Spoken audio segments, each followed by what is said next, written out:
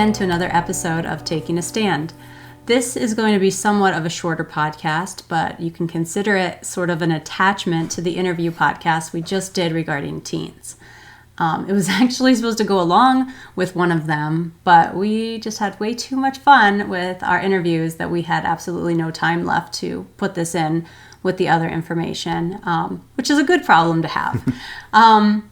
But we recently asked Judy Harvey if some of the teens from the Teen Leadership Council would mind filling out the questionnaire for us. Our hope, as we have been doing some of these interviews, is to try to be as holistic as possible and include as many voices and experiences as we can.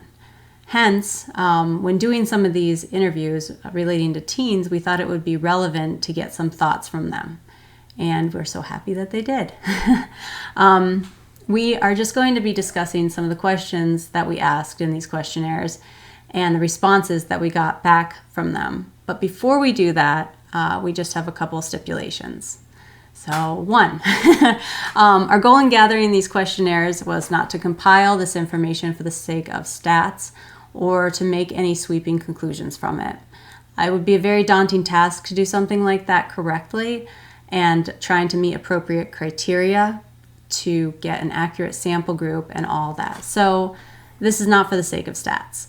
Our goal essentially in these questionnaires was simply to hear from some of our teens.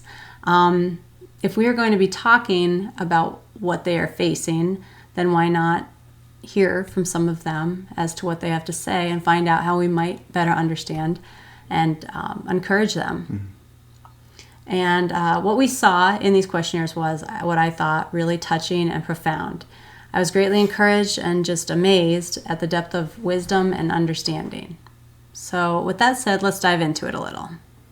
So what we saw from some of the questions posed to the Teen Leadership Council was that they had responses that very clearly they could see and understand relativism in everyday life. They knew what it was and they could see examples of it in our culture. So two of our questions had to deal with any challenges or difficulties that they've seen to their faith. And many shared how hard it is to be attributed to automatically having certain judgmental qualities because of their faith. Here's some of the actual quoted responses just so that you can see the hearts of these teens. In our generation and in social media, Christianity is taken as a joke. Some people also portray us as hateful. There are some automatic assumptions that are formed. I'm often ridiculed for not breaking rules. I can't always share the truth because people don't want to hear it, being bashed or on the receiving end of jokes. And regarding these challenges, someone else said, people thinking I have certain judgmental qualities just because of my religion. The Bible taken out of context and made to look like a bad thing, or being labeled something horrible and attacked online. So I guess here we just want to pause and think about this for a second. I know that we are not called to live comfy or safe lives, but it seems like quite a few of these teens who filled out the questionnaire can already see that there's some just really big challenges to their faith that they're going to have to face or that they are facing right now. This just reminded me that when I was young, I remember being ridiculed, but I was often ridiculed for my decisions, what I would or wouldn't do.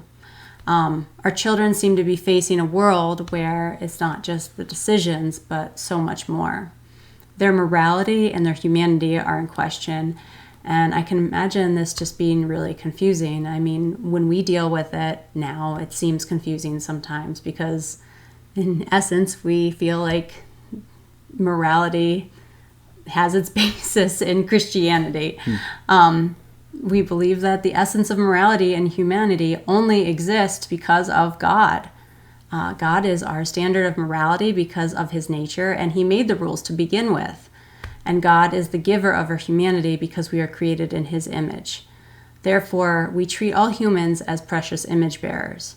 These are the kinds of conversations we need to make sure we are having with our kids. Otherwise, it can be very confusing to be pushed around by whatever society finds moral at any given time. Mm-hmm.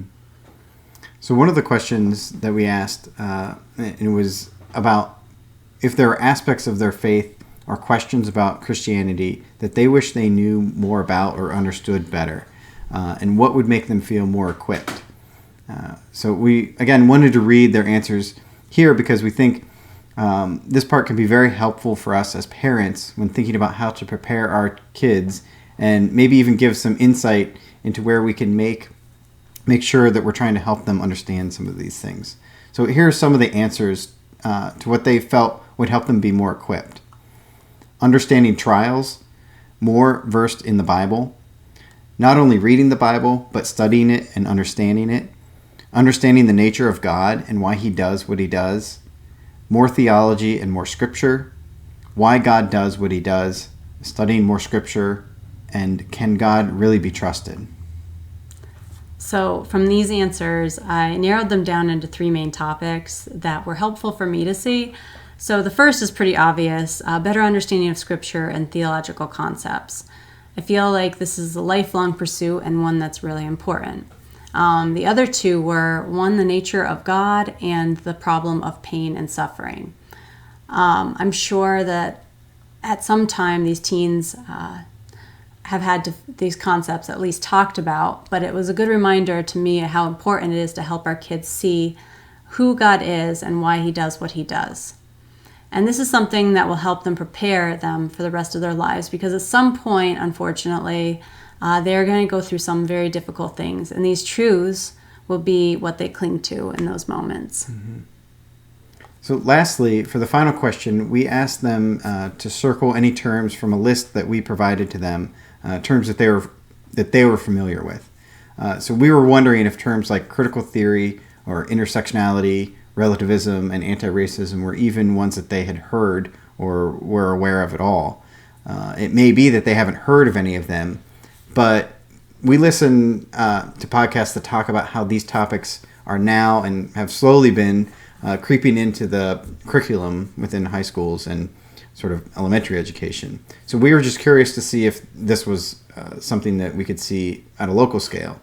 What we found was that all of them seemed to be familiar with the terms of social justice and progressive Christianity, which is not, surprising because of the recent sermon series, but they were also familiar with relativism, deconstruction, and anti-racism.